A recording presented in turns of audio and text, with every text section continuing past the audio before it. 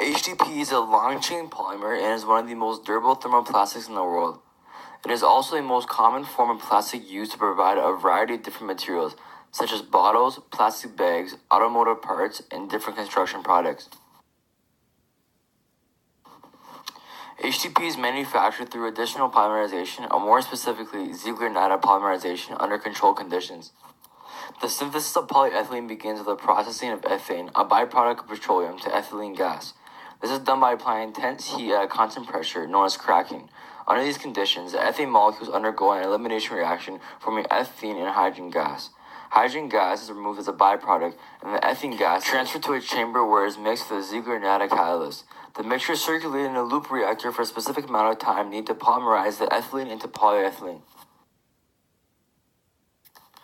The catalyst uses often titanium chloride or triethyl aluminum chloride. The catalyst is first activated before mixing with ethene. This is done by reacting it with some other molecules such as the halogen. The activated catalyst has a lone pair of electrons, which break the double bond in ethene and cause a coordinate covalent bond with one of the carbon. Since both electrons in the bond are provided by titanium, this leaves the other carbon with 2 electrons, which then causes a coordinate covalent bond with the R group, removing from the titanium in the process. Having lost the R group to the ethene molecule, titanium once again has a lone pair of electrons to repeat the reaction with another ethene molecule. This process repeats and continues, forming long chains of polyethylene. After polymerization, the polymer is separated from the catalyst and is pressed into pellets. These pellets can then be shipped to manufacturers, reheated and pressed into molds to form the final products. HDPE is a long and linear structure with very little branching. The polymers can pack closer together, which allows for higher levels of intermolecular force between them. It also means that they have more crystalline regions, which form when molecules are uniformly arranged. Due to its crystalline structure, it does not interact with any liquids and does not dissolve in water or other polar solvents. HDPE is a non-polar and exhibits only London dispersion forces. This makes the plastic useful since they will not interact with water or other polar molecules that might be placed in it. It is also useful because it means HDPE is a thermoplastic. Thermoplastics can be softened by being heated. The London dispersion forces are overcome by increasing the temperature.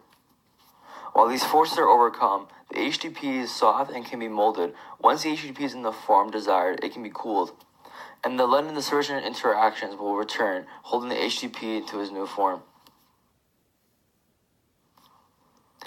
Being able to soften and mold HDPE by heating is a useful property, but can also be an issue for application when the plastic will be exposed at high temperatures, such as hot beverages. In order to overcome this, HDPE can be cross-linked. This means that in the linear structure of HDPE, it is interrupted by bonds between adjacent molecules, forming bridges or links. With these additional bonds in place, the HDPE is more stable and requires higher temperatures in order to get softened. There are 3 main approaches for cross-linking polyethylene: radiation cross-linking, peroxide cross-linking, and chlorinated cross-linking. In peroxide cross-linking, peroxide is first split in half to form a free radical, an oxygen atom with only 1 electron, which is unstable and wants to bond. This oxygen atom will bond with one of the hydrogen atoms on the HDPE chain, forming an alcohol group. This leaves behind a carbon atom that now also has a single electron. When 2 nearby carbons have had this happen, they bond with each other, forming a bond or link between the 2 HDPE molecules. Once manufactured, there are a variety of issues that can occur. Structural concerns include deformation and cracking. Residue from the manufacturing process can also lead to contamination of the product in HDPE containers or leaching of chemicals into the environment. Chemicals can also pass through HDPE from the surroundings, which is a particular issue for HDPE pipes used for drinking water. Health concerns with HDPE are not limited to contamination and leaching. HDPE is known to have estrogenic activity. This means that it mimics the effect of estrogen in the body. These plastics are known to leach chemicals with estrogenic activity, especially when exposed to boiling water, UV light, sunlight, and microwaves. The full effects of this issue are not yet known.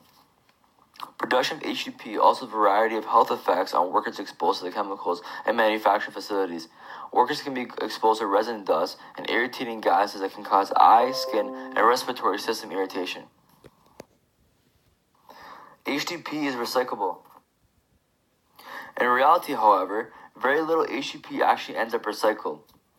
The issue is that even when the plastic products do reach a recycling facility, the majority of them still end up in landfills. This is due to difficulty in sorting and processing. Different types of plastics must be identified and sorted correctly in order to be recycled. Failing to do so can cause major equipment damage to recycling equipment. Clear colored pure HDPE is recycled effectively. However, opaque items are difficult because of the variety of grades, colors, and mixtures. Plastic pollution is rapidly becoming one of the biggest threats to the planet. HDPE and other plastics are not biodegradable. Once in the environment, they may degrade, which can take up to 100 years, but this only breaks them down to smaller pieces. Decomposing takes many centuries. The effects of this level of pollution are far-reaching and has large financial implications. It affects tourism,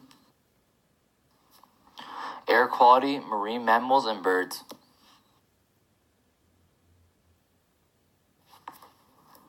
HDPE also breaks down into microscopic particles in the presence of sunlight.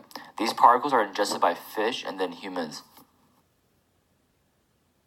These microplastics can carry other contaminants with them, and the health implications of humans eating microplastics are still unknown. With the shocking environmental effects of plastics coming to light in recent years, the emphasis is being placed on reducing plastic consumption. It is therefore our conclusion that an HDPE production facility not be opened. Rather than being a contributor to a growing problem, our recommendation would be to shift focus to plastic recycling. By opening a recycling facility, there will be immediate supply of recyclables available, job creation, and a stable future. While manufacturing of new plastics might see a downward trend in the years to come, plastic recycling will be necessary for centuries to deal with all the plastics that have been already created.